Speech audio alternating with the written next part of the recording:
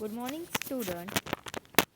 Welcome to my class BA second year, semester third, compulsory English for communication, module fourth. Today we will going to learn Father Returning Home by Dilip Chitre. Dilip Purushottam Chitre. Dilip Chitre, like Arun Kolatkar, is a bilingual poet writing in English and Marathi. He is also a writer of short stories and critical essays. He was born in Baroda in 1938 but lived and worked in Mumbai. Literature was in the very blood of Dilip Chitre. His father, Purushottam Chitre, ran a periodical named Abhiruchi, and his grandfather was looked at as an expert on Sant Tukaram. Dilip Chitre wrote both in Marathi and English. He was not just a poet, he has written a number of short stories and published some critical books too. He was a good painter too. One of the books that must be mentioned in this introduction is Says Tuka, which is a collection of translations of the Abhangas of Tukaram. Abhangas of Tukarams. Another important book from him was an anthology of Marathi poetry. The poem we are reading comes from the collection called Traveling in a Cage. So he has also translated Gnaneshwar and Anubhavamrut into English. He was an honorary editor of the quarterly Newscast. His father returning home, explores man's estrangement from a man-made world. It is a very heart-touching poem as it narrates the loneliness and helplessness of the father. The poem is full of gloomy and pessimistic atmosphere. So let's study this poem. My father traveled on the late evening train. Standing among us silent and commuters in the yellow light. Commuters means someone who travels regularly from home in a suburb to work in city. Suburb, suburb slides past his unseen eyes. His shirt and pants are soggy and his black raincoat stained with mud and his bag stuffed with books. So here soggy means soft and watery like a soil or wet. His shirt and pants are soggy and his black raincoat stained with mud and his bag stuffed with books. Its following part apart. His eyes dimmed by age fade homeward through the humid monsoon night.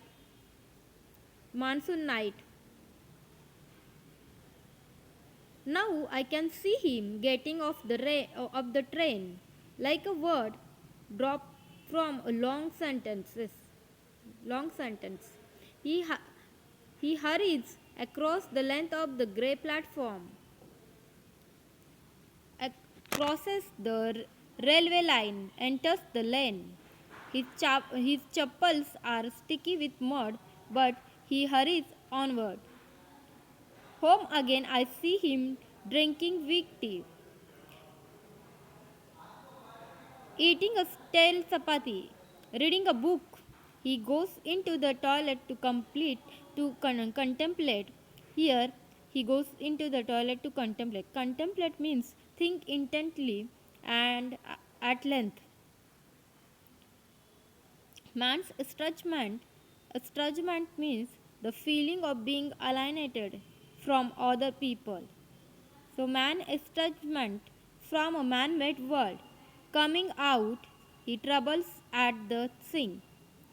The cold water running over his brown hands. A few droplets cling to the grey hairs on his wrist. His sullen means showing a brooding ill humor. His sullen children have always refused to share jokes and secrets with him. He will now go to sleep listening to static on the radio, dreaming of his ancestors and grandchildren, thinking of nomads. Nomad means people who have no permanent home and move about according to the season. So, of nomads entering a subcontinent through a narrow pass. So here is the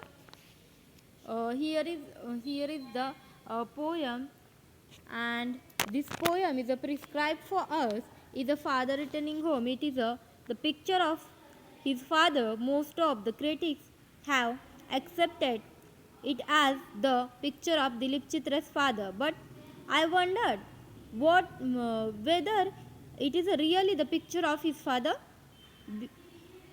because I wonder whether his father was so detached from his family. The person described in the poem is a victim of isolation and alienation. Though he lives in a family, it seems that none in the house cares for him and he is insignificant. We are going to read what type of life he leads in his own family, and this very fact brings me to the conclusion that the person represents many people leading such alienated life in a cities like Mumbai. Let us now look this poem is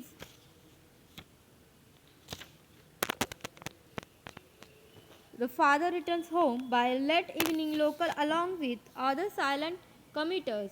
Station pass his eyes. His clothes are soaked, wet, as it is a rainy season. His black raincoat is stained with mud. His bag is full of books and is coming apart.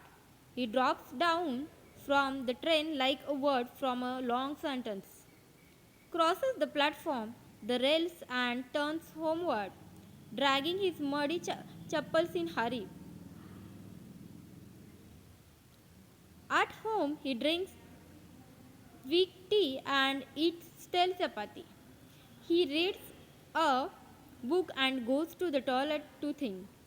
He is alone in the man-made world. His sullen children refuse to share jokes with him.